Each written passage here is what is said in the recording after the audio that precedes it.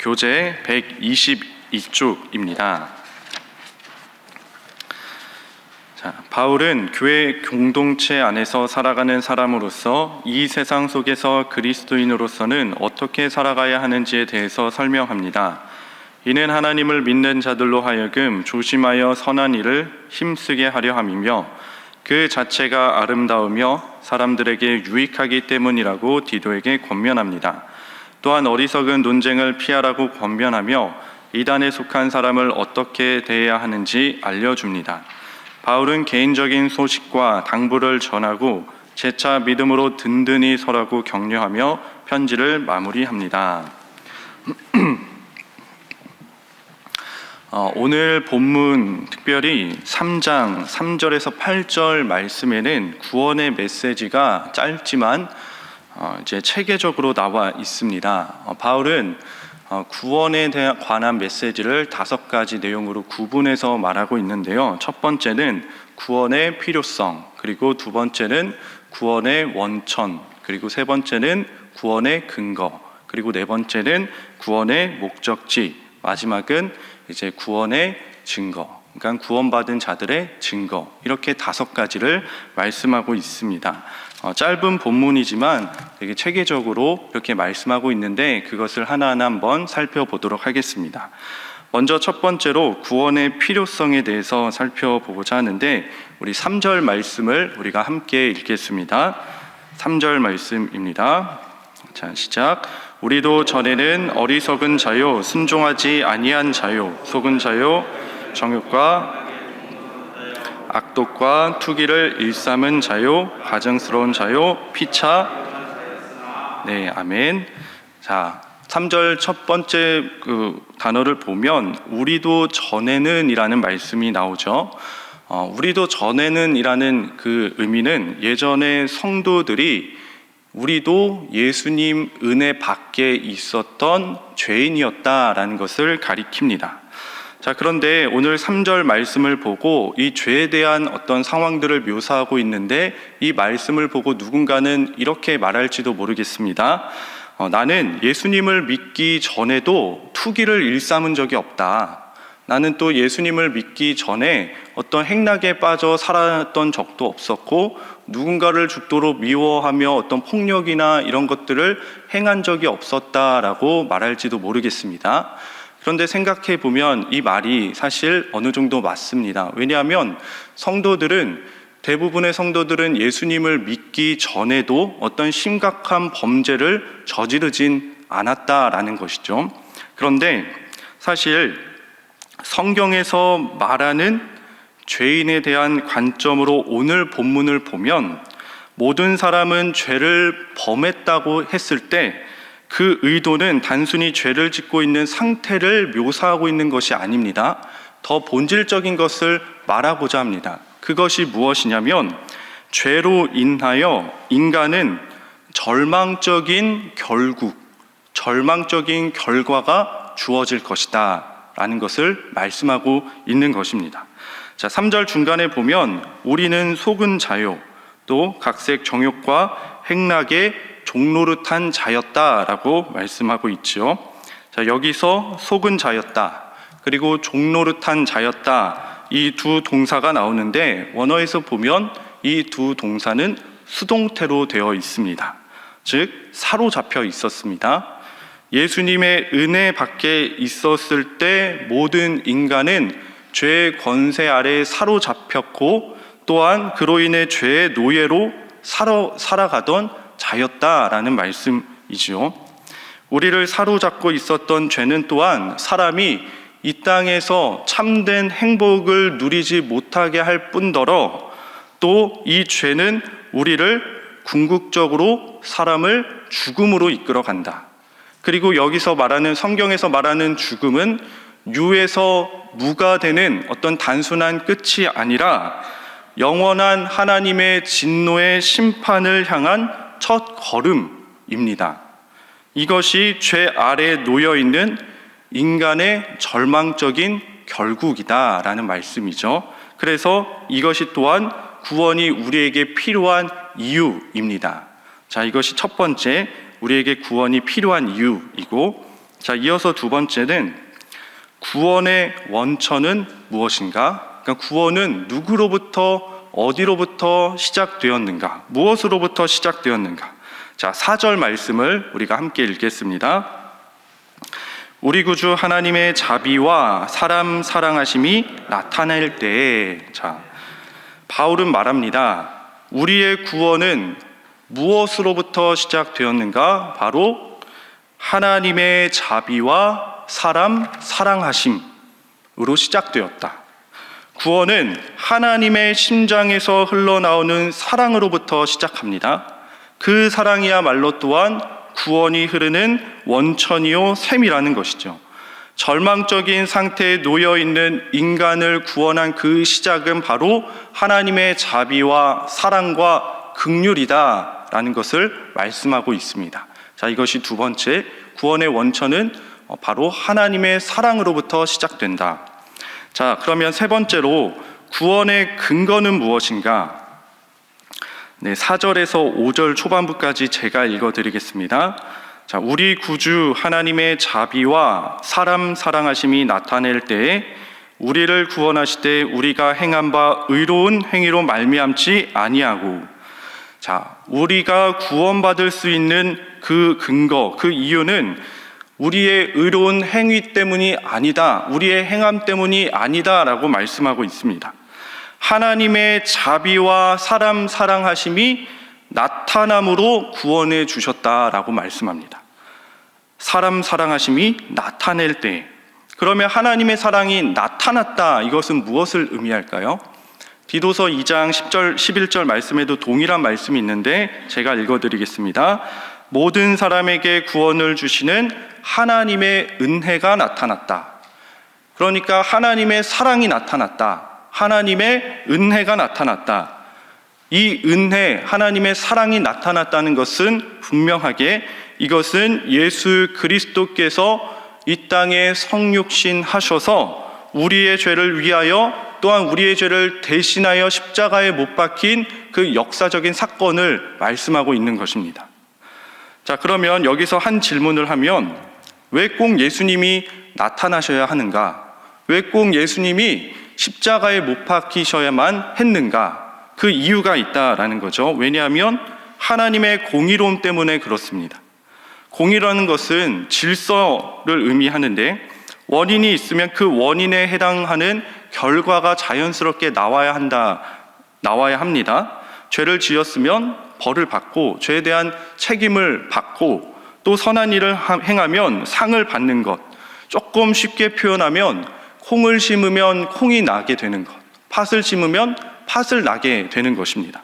그런데 만약 이러한 공의의 개념이 깨진다면 어떻게 되는가? 예를 들어 농부가 옥수수를 심었는데 당연히 옥수수를 심었으니까 옥수수가 나와야 되겠죠. 그런데 옥수수가 아니라 배가 나오거나 포도가 나오거나 어떤 토마토가 나오거나 이렇게 나온다면 그것은 되게 불안정한 그런 상황이 된다라는 거죠. 알 수가 없는 상황이 되는 것입니다. 죄를 지었는데 어떤 때는 내가 죄에 대한 책임을 받고 죄값을 받고 어떤 때는 죄를 지었는데 죄값이 아니라 상을 받는다. 또 선을 행했는데 칭찬이 아니라 벌을 받는다면 그러면 우리의 일상이 두려움으로 번지고 불안해지고 불만이 찾아온다라는 것입니다. 선을 행했을 때 그에 해당하는 보상이나 좋은 결과나 선한 열매가 나타나지 않고 무작위로 랜덤으로 결과가 나온다면 그것이 바로 어떤 공의가 무너진 불의한 세상이라는 말씀이죠. 그래서 하나님의 공의는 우리가 살아가는 세상의 질서를 세우는 역할을 합니다. 이처럼 하나님은 공의의 하나님이란 말씀입니다. 죄를 지었으면 그에 해당하는 대가를 치르게 하시고 선을 행하며 합당한 은혜로 보상하십니다. 이것이 하나님의 공의의 원리입니다. 그런데 동시에 하나님은 공의의 하나님이시면서 동시에 사랑의 하나님이시죠. 사랑의 하나님은 자신이 창조한 그 사랑하는 사람들이 죄 가운데 죽도록 내버려 두지 않습니다. 그래서 하나님은 공의와 사랑을 한 군데로 모으시는 지혜를 발휘하셨는데 그것이 무엇이냐면 깊도다 하나님의 풍성한 지혜요. 깊도다 하나님의 지혜와 지식이 풍성하며 바로 십자가를 가리킵니다. 십자가를 깊은 하나님의 지혜라고 말씀합니다. 예수 그리스도께서 우리의 죄를 대신하여 못 박히신 그 십자가에 하나님의 공의와 사랑이 담겨 있다는 말씀이죠. 바로 이 예수 그리스도의 십자가 사건이 우리를 구원하시는 근거가 되는 것입니다.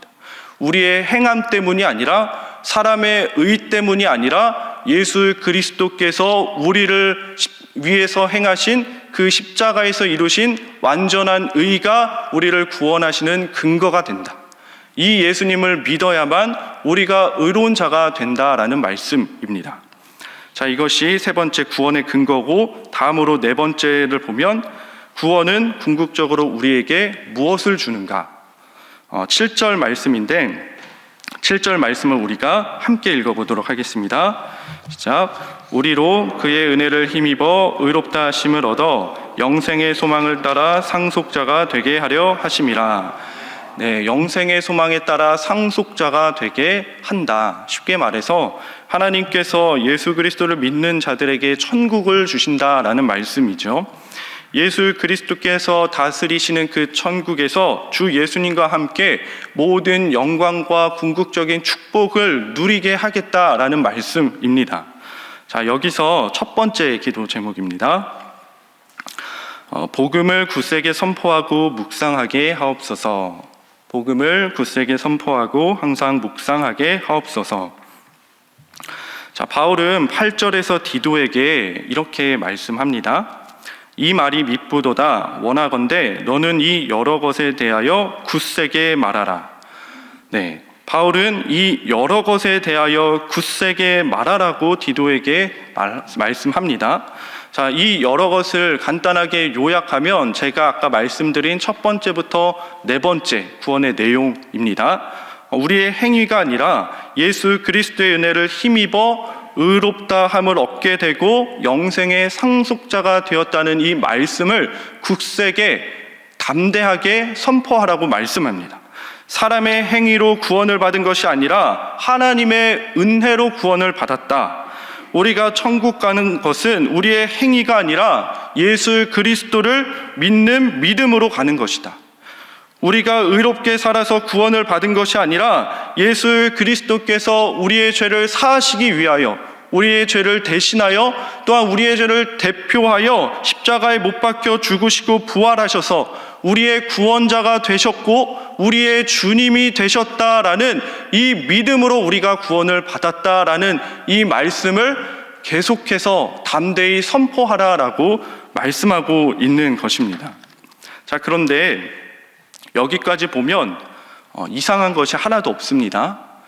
이 복음의 메시지를 담대히 전하자, 여기에서 맞춰도 전혀 이상할 것이 없고 문제가 없습니다. 그런데 오늘 본문에서는 바울이 디도에게 한 가지 더 중요한 것을 말하고 있습니다.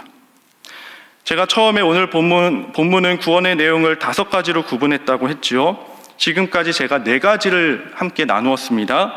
그럼 마지막 한 가지는 무엇이냐? 구원받은 자의 증거, 즉 믿는 자들에게 나타나는 열매입니다.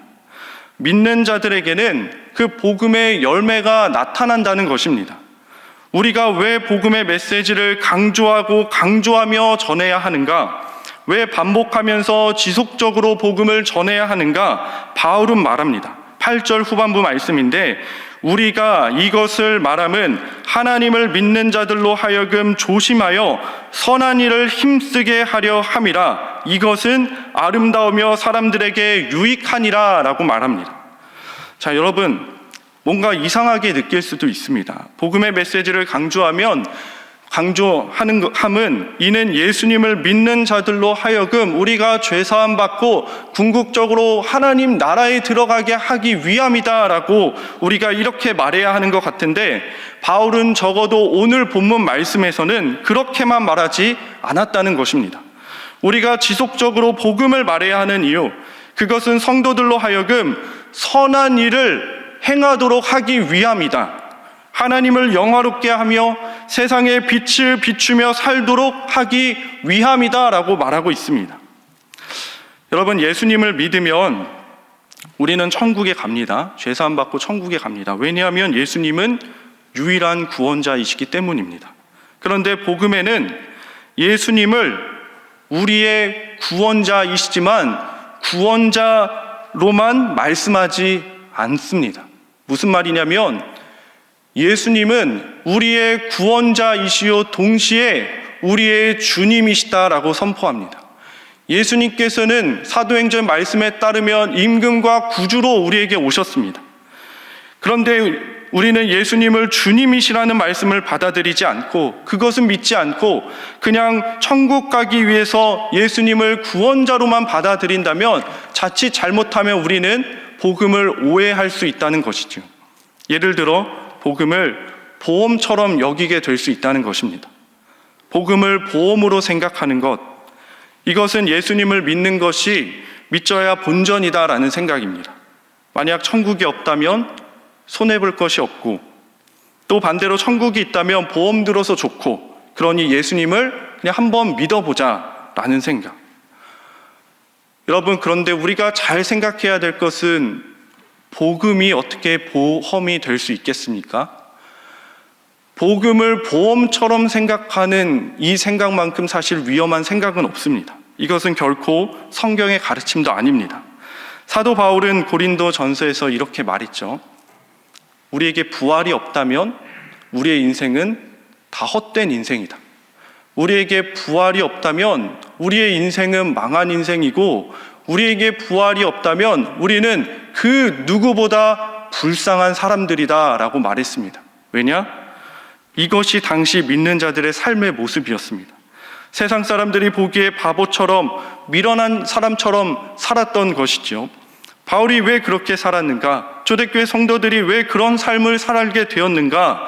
복음의 말씀이 그들이 이제는 더 이상 자신을 위해서가 아닌 오직 예수 그리스도의 영광을 위해서 살도록 만들었기 때문입니다. 복음의 말씀이 내가 내 인생의 주인이 더 이상 아니구나, 내 인생의 주인은 참 생명이신 예수 그리스도구나라는 것을 진정으로 고백하게 했기 때문입니다. 자, 여기서 두 번째 기도 제목입니다. 복음에 열매가 맺어지는 삶이 되게 하옵소서. 복음에 열매가 맺어지는 삶이 되게 하옵소서. 우리가 물론 처음에는 예수님을 믿고 천국에 가는 것이 우리의 신앙이 목적이 됩니다. 성도는 반드시 하나님 나라를 바라보며 살아가야 합니다. 그런데 하나님 나라를 바라보며 살아가는 자들에게는 성화의 삶이 뒤따른다라는 말씀이죠.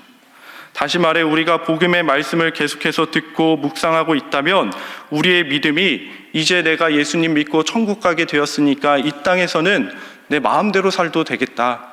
내가 성공하기 위해서 때로는 속이고 누군가를 짓밟고 나만 잘 되면 되겠다. 이런 생각으로 결코 귀결될 수 없다는 것입니다.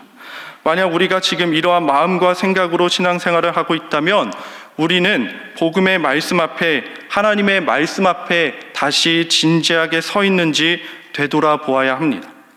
복음의 말씀은 단순히 지식의 깨달음이 아니라 우리에게 새 생명을 주는 능력의 말씀이기 때문입니다.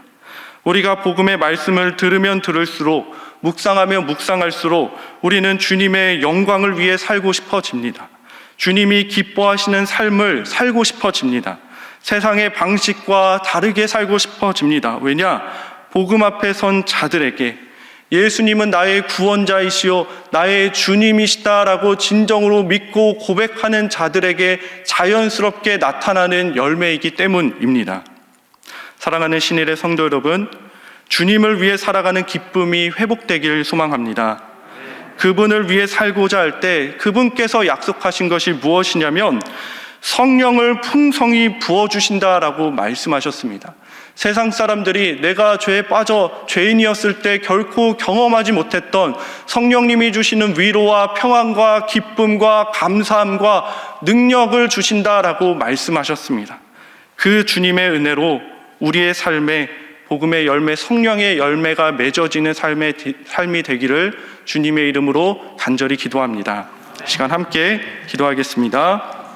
우리가 무엇보다 복음의 말씀 앞에 서고 그 말씀을 담대히 전하고 항상 복음의 말씀, 하나님의 말씀을 묵상하는 저희가 되게 하여 주옵소서. 또한 그 복음의 말씀으로 말미암아 우리의 삶에 복음의 열매, 성령의 열매가 맺어지는 삶이 나타나도록 하게 하여 주옵소서. 그리고 내일 주일 예배를 위해서, 또한 주일 예배 말씀을 준비하는 위임 목사님을 위해서, 또 준비하는 모든 손길들, 그리고 수고하는 모든 봉사자들을 위해서, 그리고 각자 나온 기도 제목을 가지고 이 시간 함께 기도하도록 하겠습니다. 주여 믿습니다. 주여 믿습니다. 주여 믿습니다.